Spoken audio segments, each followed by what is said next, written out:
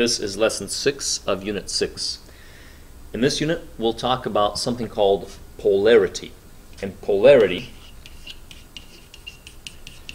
refers to the distribution of electrons around the molecule. Now, we've talked about polar and nonpolar bonds before.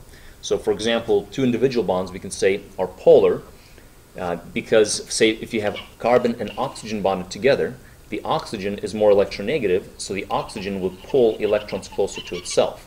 And the electrons that we're referring to is this shared pair of electrons that causes these two to bond.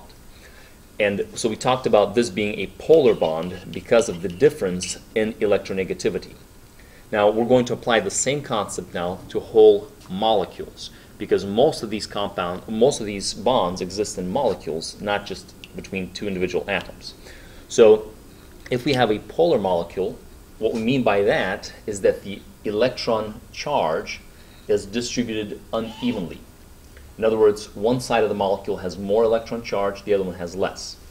In this instance, if you take a look, we're actually looking at the H2O molecule. This is water, and water, because it's bent in its shape, will look like this. So here is the shape, essentially, of water. Because of oxygen being bent, and because of oxygen having extra electrons on the top, unbonded electrons, there's a lot of electron density up here. And because there's much more electron density, it'll be a negative charge. The bottom, by comparison, then has a positive charge. So we have uneven charge distribution. More electrons on top, less on the bottom.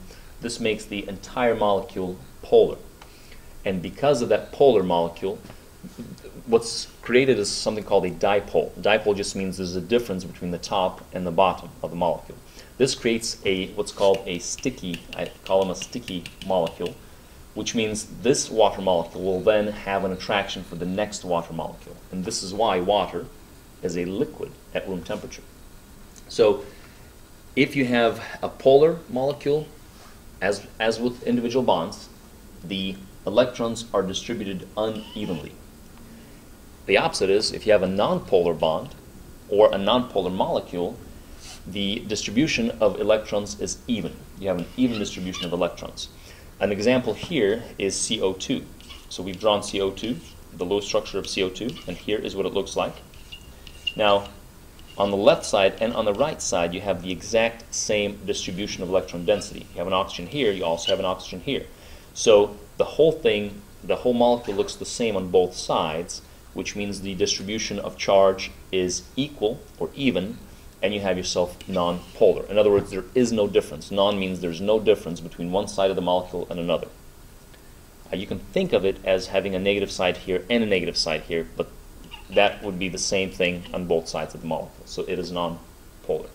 Okay, let's go ahead and see if we can apply this concept just to some general examples or pictures of molecules. So here's a bunch of molecules with their charge distribution. And by the way, what you see here is the red represents high electron density. So red would be high electron density, and blue would be low electron density, low electrons. Remember, if you have a lot of electrons, you become negative. You have low electrons, not enough, you get to become positive.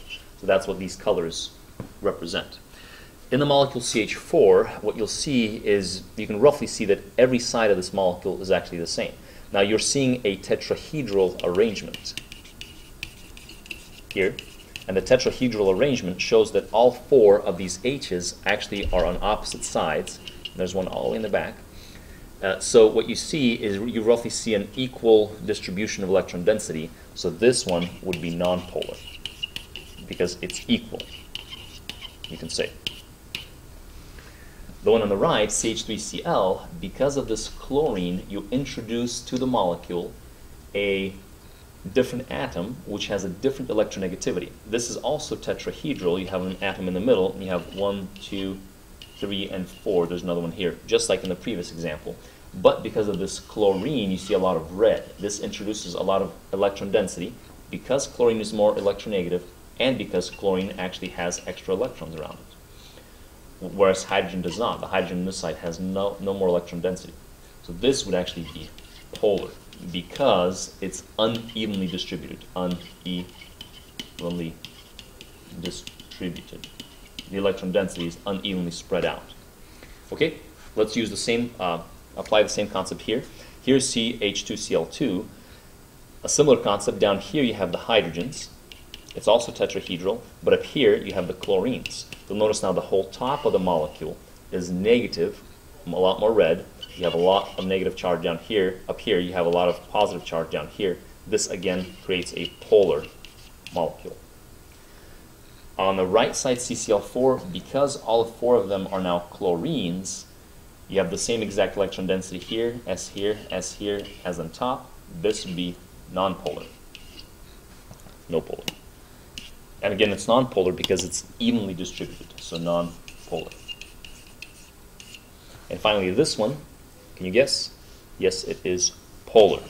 The reason it's polar is because you have a lot of electron density up here from the chlorines and not much from the hydrogen down here. You get positive for the hydrogen. This is an H. All the rest of these are chlorines. So hopefully this example shows you what we mean by polar, nonpolar. It's all about being evenly distributed or unevenly distributed in terms of electrons. So let's finish up with an example. And here we'll have to predict, after drawing this Lewis structure, we'd have to predict whether these are polar or nonpolar.